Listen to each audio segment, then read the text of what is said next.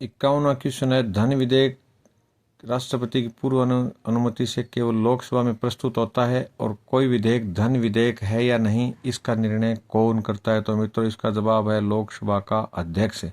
यानी अनुमति देने वाला व्यक्ति होता है राष्ट्रपति और उसका निर्णय करने वाला कि ये धन विधेयक है या नहीं, ये करता है लोकसभा का अध्यक्ष। अनुच्छेद 52 में मंत्रिपरिषद के सदस्यों की संख्या 15% तक सीमित करने वाला विधेयक कौन सा है? यह है 51वां। जैसे इस संशोधन के लागू होने के बाद ये हो गया कि किसी भी राज्य में 15% से ज़्यादा मंत्री नहीं होंगे, मुख्यमंत्री भी इनमें शामिल होगा, या यही संख्या केंद्र में लागू है। जैसे राजस्थान में 200 विधायक हैं तो अधिकतम 30 व्यक्ति ही मंत्री बन सकते हैं। अब मंत्रियों में जो संसदीय सचिव होते हैं उनको मंत्रियों में नहीं गिना जाता। 53वां क्वेश्चन है कि भारत के केंद्रीय सचिवालय की जड़ें किस संस्था से में ढूंढी जा सकती हैं? तो मित्रों, इसका जवाब है इंग्लैंड का व्हाइट हॉल मॉडल। 54वां क्वेश्चन है, टेलीकॉम रेगुलेटरी अथॉरिटी का स्थापना वर्ष, ये है 1997। देखिए, इस पेपर में ट्राई के बारे में 2 क्वेश्चन अलग अलग टाइप से आ गए हैं। 55वां क्वेश्चन है, यदि भारत के कार्यकारी की तुलना अमेरिका के राष्ट्रपति से की जानी है तो वो कौन सा पदाधिकारी है? तो मित्रों, इसका जवाब है प्रधानमंत्री, और ये कथन है डॉक्टर भीमराव अंबेडकर का। 56वां क्वेश्चन है, संघीय मंत्रियों के वेतन भत्ते कौन निर्धारित करता है? तो ये संसद तय करती है। मंत्रियों के वेतन और भत्तों में वृद्धि या कमी का निर्णय संसद करती है। 57वां क्वेश्चन है कि प्रधानमंत्री कार्यालय में निष्पादन प्रबोधन इकाई की स्थापना मनमोहन सिंह के समय हुई थी। 58वां क्वेश्चन है, जीएसटी जिसको वस्तु और सेवा कर कहते हैं, ये जम्मू कश्मीर को छोड़कर पूरे भारत में किस अधिनियम से लागू हुआ? तो इसका जवाब है मित्रों 101वां संविधान संशोधन अधिनियम। ये 1 जुलाई 2017 से लागू हो गया। पूरे देश में एक जैसी कर व्यवस्था हो चुकी है, सिर्फ जम्मू कश्मीर को इससे छोड़ा गया था। 59वां क्वेश्चन है, किस भाग में केंद्र राज्य प्रशासनिक और विधायी संबंध वर्णित हैं? तो इसका जवाब है भाग 11। भाग 12 में केंद्र राज्य वित्तीय संबंधों का वर्णन है और भाग 11 में प्रशासनिक और विधायी दोनों प्रकार के संबंध भाग 11 में आ गए। फिर आता है 60वां question, research and analysis wing जिसको इंग्लिश में रॉ कहा जाता है का प्रारंभ 1968 में हुआ था। उस समय प्रधानमंत्री कौन थे? तो मित्रों, ये इंदिरा गांधी की देन है और ये भारत की एक खुफिया एजेंसी है जो विदेशों में भारत के जो शत्रु राष्ट्र हैं वहां से सूचनाएं कलेक्ट करने का काम करती है। 61वां क्वेश्चन है कि कैबिनेट की कौन सी समिति सुपर कैबिनेट कहलाती है? तो इसका उत्तर है राजनीतिक मामलों की समिति। आगामी क्वेश्चन है 62, यह अनुच्छेद 75 के कुछ कथनों के बारे में था कि इसमें कौन से कथन सत्य हैं? तो मित्रों, इसमें एक कथन सत्य था कि मंत्रियों की नियुक्ति प्रधानमंत्री की सलाह से राष्ट्रपति करते हैं, यह कथन सत्य है।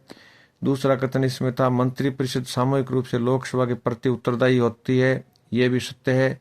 तीसरा कथन था कि कोई भी मंत्री व्यक्तिगत रूप से राष्ट्रपति के प्रति उत्तरदायी होता है, तो यह कथन भी सत्य है। 63वां क्वेश्चन था भारतीय बीमा नियामक विकास प्राधिकरण का मुख्यालय कहाँ है और इसके कार्य क्या हैं? तो इसके कार्य हैं भारत की निजी और सरकारी समस्त प्रकार की बीमा कंपनियां, भले ही वो जनरल इंश्योरेंस के सेक्टर में है या लाइफ इंश्योरेंस के सेक्टर में है, इनके कार्यों को रेगुलराइज करना, नियमित करना और उनको मार्गदर्शन प्रदान करना, इसका मुख्यालय हैदराबाद में है। 64वां क्वेश्चन है वित्त आयोग सदस्यों की योग्यता कौन तय करता है? तो इसका जवाब है संसद। 65वां क्वेश्चन है कौन सी अनुसूची में स्वायत्तशासी जिले यानी ऑटोनोमस डिस्ट्रिक्ट्स हैं? तो ये 6ठी अनुसूची है मित्रों। राजस्थान में, गुजरात में, मध्य प्रदेश में, यूपी में ऐसे डिस्ट्रिक्ट नहीं है। ये केवल नॉर्थ ईस्ट के राज्यों में है, यानी उत्तर पूर्व के जो राज्य हैं, असम में जैसे कार्बिलोंग डिस्ट्रिक्ट है वो तो ऑटोनोमस डिस्ट्रिक्ट है, और कई जिले भी वहाँ हैं। ऑटोनोमस डिस्ट्रिक्ट से की संख्या भी पूछी जा सकती है, ये केवल उत्तर पूर्व के राज्यों में है। जनजाति बहुल क्षेत्रों में होते हैं और जनजातियों को शासन में भागीदार बनाने के लिए एक जिला परिषद टाइप की संस्था होती है जो एक तरीके की मिनी स्टेट गवर्नमेंट है। फिर आगामी क्वेश्चन है, जिला प्रशासन के सुदृढ़ीकरण हेतु सेकंड प्रशासनिक सुधार आयोग ने क्या क्या सिफारिशें की थी। तो ये सिफारिशें थी, एक तो था कि क्रमिक आधुनिकीकरण किया जाए जिला परिषद का, जिला प्रशासन का मॉडर्नाइजेशन किया जाए, बार बार ट्रेनिंग दी जाए और आधुनिकीकरण के सूचना तकनीकी विज्ञान के जो भी साधन हैं उनसे इन कर्मचारियों को जोड़ा जाए और संसाधन विकसित किए जाएं। उत्तरदायित्व हेतु परिवर्तन लाया जाए, कार्यों का विकेंद्रीकरण किया जाए। इसका अर्थ है कि कलेक्टर के पास ज़्यादा कार्य नहीं होने चाहिए, वो कार्य अपने सबॉर्डिनेट ऑफिसर्स को उनके पावर्स का डेलीगेशन कर दे, यानी विकेंद्रीकरण कर दे और कलेक्टर केवल मॉनिटरिंग करता रहे। चौथा क्वेश्चन था कि इसमें कथन था कि कलेक्टर के कार्यों का नियमित मूल्यांकन किया जाए उच्च अधिकारियों के द्वारा जो राज्य स्तर के या संभागीय स्तर के हों, तो ये कथन भी सत्य है। फिर 67वां क्वेश्चन है कि 7वां संविधान संशोधन क्या कहता है। 7वें संविधान संशोधन में प्रावधान किया गया कि कोई व्यक्ति 2 या 2 से अधिक राज्यों का भी राज्यपाल बन सकता है। इससे पहले की जो व्यवस्था थी उसमें एक व्यक्ति एक ही राज्य का राज्यपाल हो सकता था। वर्तमान में कोई व्यक्ति जैसे समस्त राज्यों का भी राज्यपाल बन सकता है। तो ये लिमिटेशन 7वें संविधान संशोधन से हटाया गया, ये 1956 में लागू हुआ। पूंछी आयोग ने 163(2) जो राज्यपाल की शक्तियों से संबंधित है उसमें यह सुझाव दिया था कि राज्यपाल अपने अधिकारों का उपयोग सावधानी से करें। पूंछी आयोग जो 2007 में केंद्र राज्य संबंधों पर गठित हुआ था। केंद्र राज्य संबंधों पर अभी तक वैसे 2 ही आयोग केंद्र सरकार ने बनाए हैं। पहला आयोग था सरकारी आयोग और दूसरा था MM पूंछी आयोग। 69वां क्वेश्चन है कि राजस्थान में संभागीय आयुक्त पद का पुनः सृजन कब हुआ। तो ये 1987 में हुआ और हरदेव जोशी सरकार ने किया था। 1962 में ये समाप्त किया गया था, वो कार्य मोहनलाल सुखाड़िया जी ने किया था। तो सुखाड़िया ने इसको समाप्त किया, हरदेव जोशी ने इसको पुनः सर्जित किया। 20-25 वर्ष तक राजस्थान में संभागीय आयुक्त व्यवस्था मृत रूप में रही, यानी हटा दिया गया था इस सिस्टम को। 17वां क्वेश्चन है कि द्वितीय प्रशासनिक सुधार आयोग के अनुसार एक IAS को कितने वर्षों के अनुभव के बाद जिला मजिस्ट्रेट यानी जिला कलेक्टर बनाया जाए। तो ये अवधि थी 10 से 12 वर्ष, यानी 10 से 12 वर्ष पहले किसी IAS को कलेक्टर नहीं बनाया जाए, तभी जिला प्रशासन अच्छा चलेगा। ये सेकंड ARC की रिपोर्ट है। 71वां क्वेश्चन है कि 23वें संविधान संशोधन से विधानसभा में एक एंग्लो इंडियन का मनोनयन का अधिकार राज्यपाल को दिया गया था। किससे? 23वें से। लोकसभा में 2 एंग्लो इंडियन का मनोनयन होता था और राज्य विधानसभा में 1 एंग्लो इंडियन का मनोनयन होता था। यह व्यवस्था भी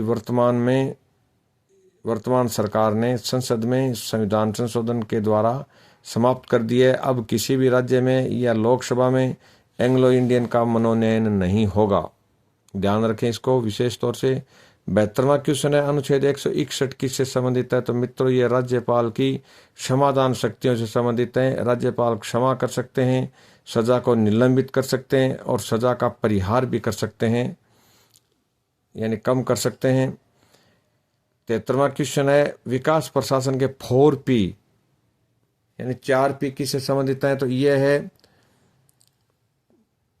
पहले P का अर्थ है प्लान, कोई व्यक्ति प्लान बनाता है, उसके बाद नीति बनाता है यानी पॉलिसी बनाता है, फिर वो प्रोग्राम बनाता है और उसके बाद वो प्रोजेक्ट के तौर पर, प्रोजेक्ट होता है एक छोटे स्तर पर किस चीज़ को लागू करना, तो प्रोजेक्ट के तौर पर उसको लागू करता है। तो क्रम पूछा गया इनका कि पहले P का अर्थ है प्लान, दूसरे का पॉलिसी, तीसरे का प्रोग्राम, चौथे का प्रोजेक्ट।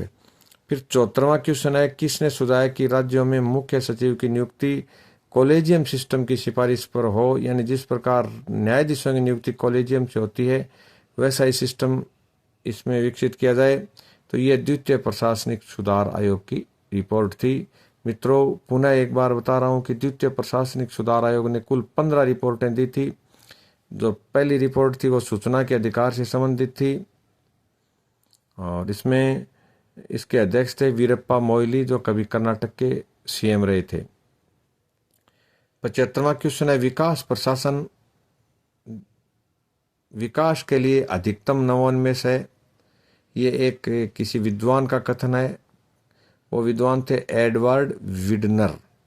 तो हमने इस पेपर के 150 में से 75 क्वेश्चन कर लिए हैं।